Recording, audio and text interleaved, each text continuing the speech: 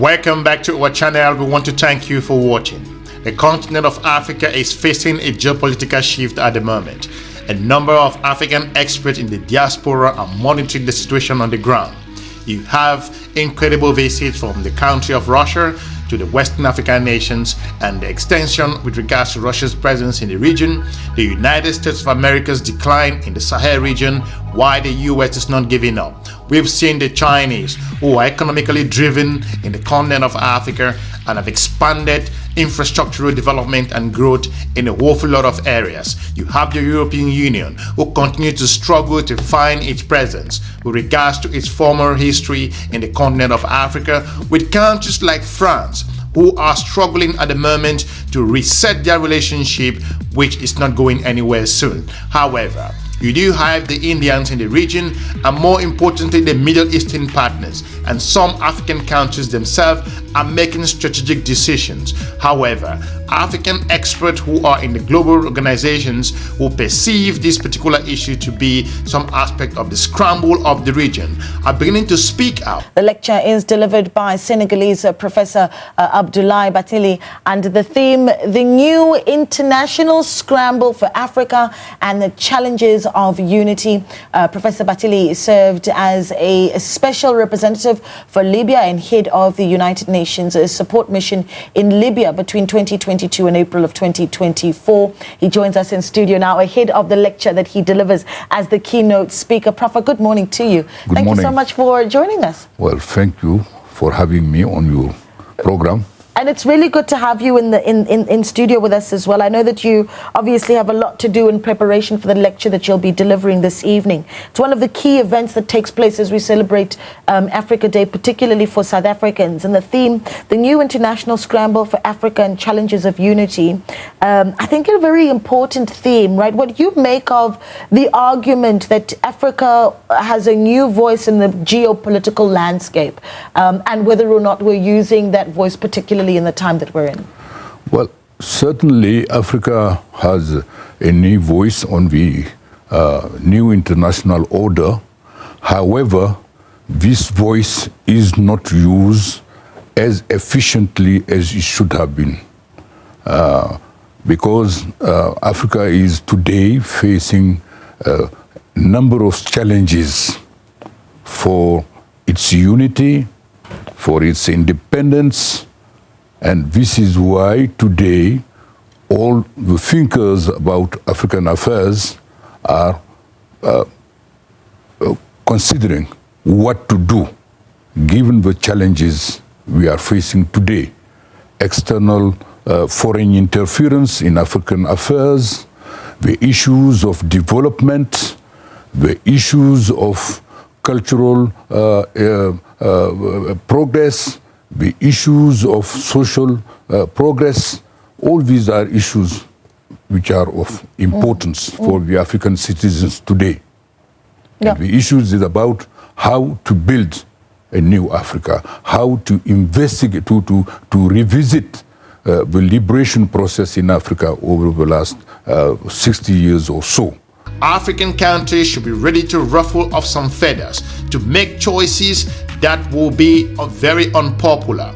This is their moment. If Africa misses this moment to stabilize itself and move to the trajectory of power where it can start making decisions not just from the United Nations, from global financial system, from other developmental growth and other investment platforms around the world, then once this moment is missed by the continent of Africa, the continent will face a number of challenges. Consider, Africa is one of the growing regions in terms of the population, the huge demographic boom in the region, and why the continent of Africa's decision that is being made now will have a positive or a negative impact in 10 years from now.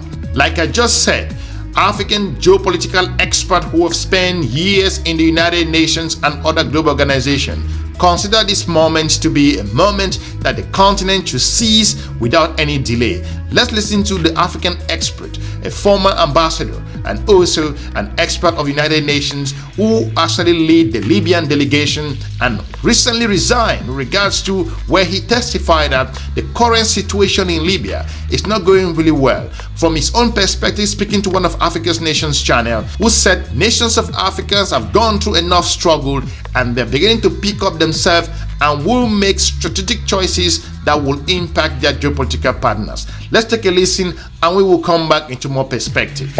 I think that where the geopolitical question, of course, and the influence of Africa really comes in, really speaks to some of the bigger wars that we are seeing playing out in the world, certainly between Ukraine and Russia, and the battle between Palestine and Israel, or Hamas and Israel, if you will. And, you know, with South Africa even going all the way to the ICJ, there is a sense that Africa has a role to play, even in saying, well, do we choose sides and can we play middleman, and all the resources that are necessary from us to be part of that conversation. What do you say to that? Well, Africa has experienced colonialism, different forms of dependency.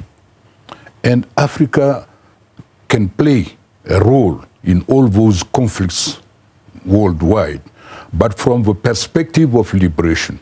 And this is why Africans are,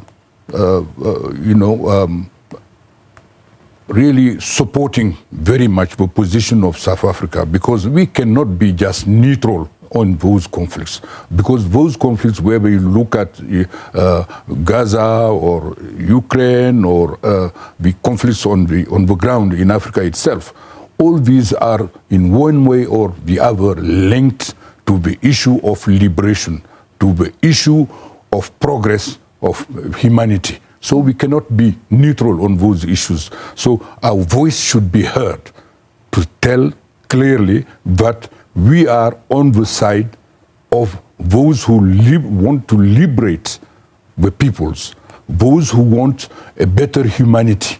So, this becomes even more interesting. Where the Diplomat is heading, it's where I'm explaining why African countries must make strategic choices at this time.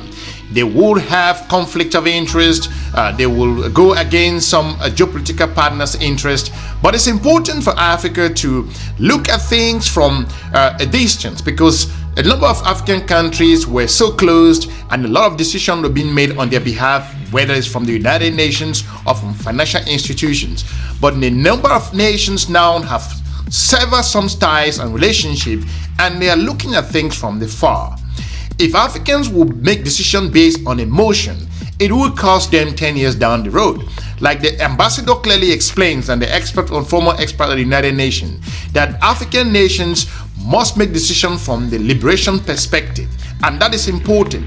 That's why countries like South Africa has come under enormous pressure from the United States of America. That's the reason why the nations in the Sahel region had sanctions when they came out strong, based on their own decision-making process to overthrow their governments, and also look into why this was linked to the economic situation of their country, the population deficiency, high unemployment rate, and a number of challenges.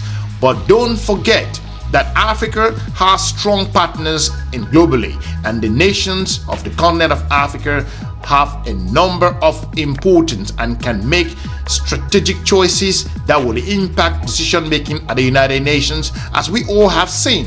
So going back to this particular liberation aspect that the ambassador is talking about, it is important for African countries to make decisions without emotion at this particular time. Why this moment?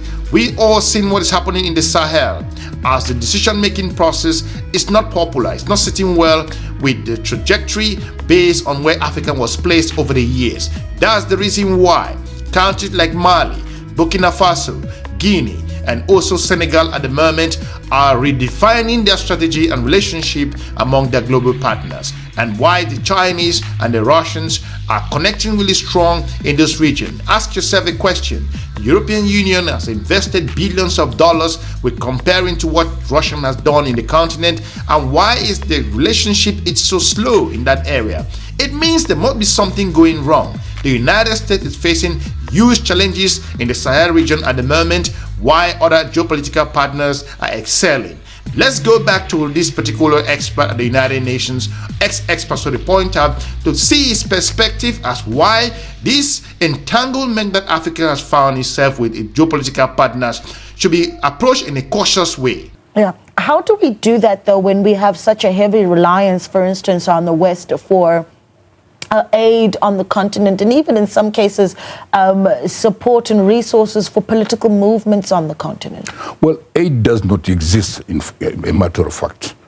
Africa is rich. Africa has tremendous wealth. The scramble of Africa is about the continent resources, the continent wealth. The issue is how the Africans themselves can organize to take advantage of the resources, to cater for education, better health.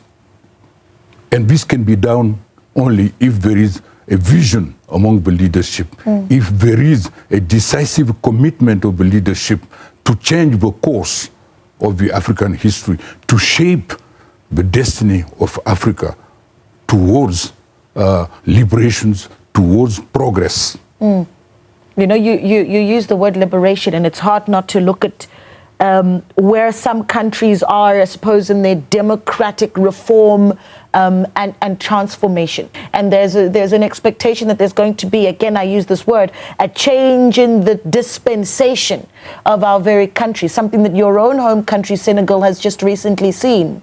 What stands out is that there was, in the run-up to the elections in Senegal, former President Thabo Mbeki in South Africa talking about really wanting to speak to former President Macky Sall to say, make way for these elections, for the people of Senegal to vote in the leader of their choice. And what they've done is they've voted in the youngest leader that Senegal has ever seen at 44 years old and fresh out of prison. Now, when we talk about what that transformation needs to look like as the world looks to Africa for resources and even sway in the geopolitics of the world, do we have the right people coming into the leadership to be able to use that power that Africans certainly seemingly starting to have effectively? When you consider what is going on the continent today, is a push for young people to have better leadership. This is undoubtedly the case. Young people has to be aware of the fact that, of course, the issue is not to come back to the past, because what we have seen in the past, whether it's colonialism, classical colonialism, as Senegal has witnessed, or the apartheid system, we cannot go back to this. Colonialists and apartheids, proponents of apartheid cannot give us lessons about how to make progress, because for hundreds of years they have kept us in that situation of deprivation, dispossession, and today we have to learn from our lessons, the lessons of the past. We have to learn from our mistakes, our errors, our shortcomings, and to move forward, not to go backward. Moving forward, like the expert at the United Nations pointed out, Africa has a number of things to do, and Africa has too much work. The influx of experts dropping into the continent and geopolitical competition may derail this particular perspective. African youths are essential across the region, with a bulging population and growing based on statistics. Africa must make important choices at the moment. This period cannot pass the continent.